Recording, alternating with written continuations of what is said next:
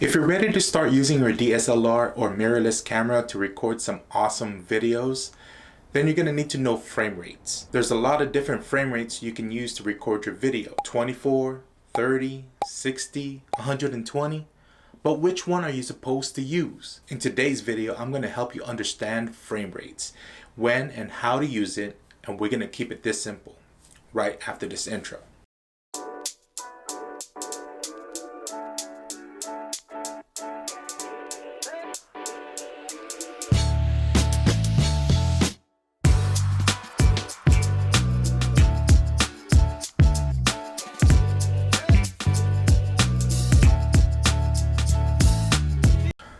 What's good, everybody? Marc here, and welcome back to the channel. If you're new here, I just want to say welcome to the community.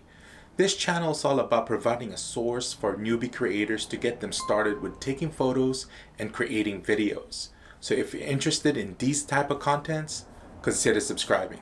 So the first thing you need to know is, what is the standard frame rates to use in your area? If you live in America or Canada, the standard frame rates we use here is NTSC 24 frames per second. If you want to get technical, it's 23.976 frames per second. But for now, we'll just stick with 24. If you live in Europe or UK, they use PAL 25 frames per second. It really depends on what region of the world you're in. You got it?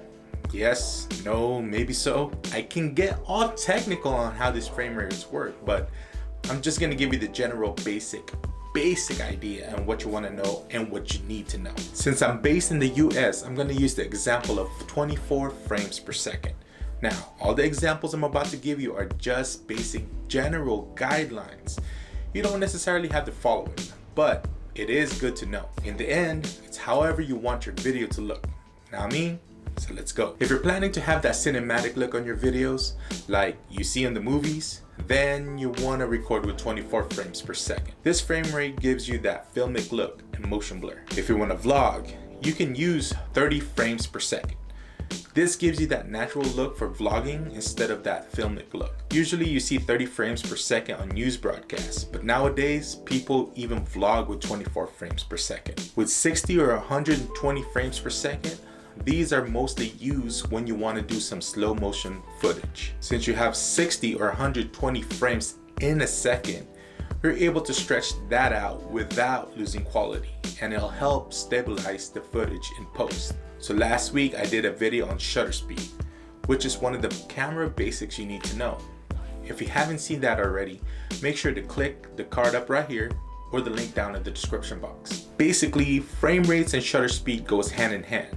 When you're shooting a video, it doesn't really matter what frame rates you use, but if you want to mimic the same motion blur as your eye sees, then you have to double your shutter speed to whatever frame rate you're recording with. This is called the 180-degree shutter rule. So if you're shooting a video with 24 frames per second, the shutter speed you want to be at is at 48. And if your camera doesn't have that, then you go to the closest to it. I hope all that made sense. I pretty much gave you guys the most basic general idea when using frame rates. So if you have any questions about it, drop them in the comment section below. I'll be happy to answer them to the best of my ability. Now remember, everybody's different, so you don't necessarily have to follow all of this. In the end, it's your video. Do what you want to do.